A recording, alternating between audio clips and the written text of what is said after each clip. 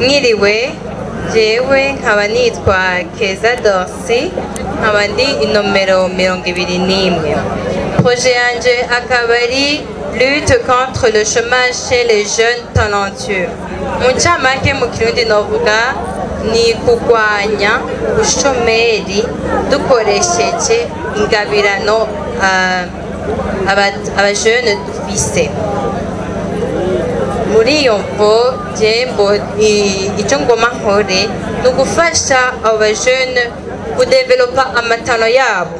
Turazi abajene turashoboye, turafise esprit de créativité, ariko kubera dufise manque de moyens, badudafise abantu badufinansa ntidushobora kudevelopa amatano yacu. Akaba ico hanini ekonomi y'u Burundi usanga itishuta, kuko turavye abajene nibo novuga benshi kandi nibo novuga ati bakwiye gutera bagateza imbere igihugu cacu.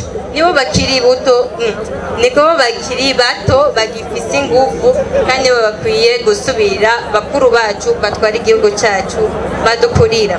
Ariko kubera badafise ababagira abafinansa izo ngabirano bafise kugira biteze imbere, en même temps bateze imbere igihugu, baca barera amaboko kasanga bagiye mu bintu bigushanye, abigeme bagatwara amada, abasore bagafata ibiyayuramutwe n'ibindi bikurikira. Jewe rero shaka kubashira hamwe dufashanye duteze igihugu cyacu imbere kandi nabo biteze imbere, dushoboye gufinansa amaproje yabo biciye muri Ingoma Event. Murakoze. Murakoze namwe. Ego ndabona ko wavuze yuko ugomba gufasha urwaruka rufise impano kwironderera ubuzi.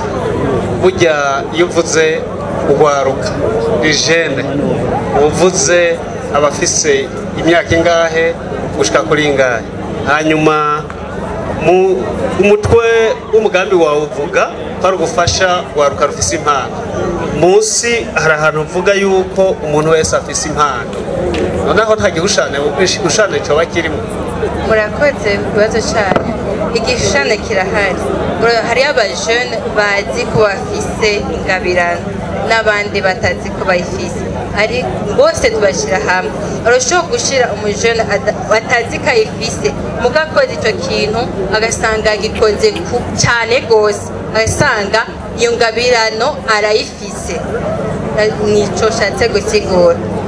Hama sinovuga ku myaka kuko abajene turazi abize n'abataronse uburyo bwo kwiga, twese turicaye kandi nta buzi dufise. Rero nshaka kubashira hamwe dufashanye. Murakoze.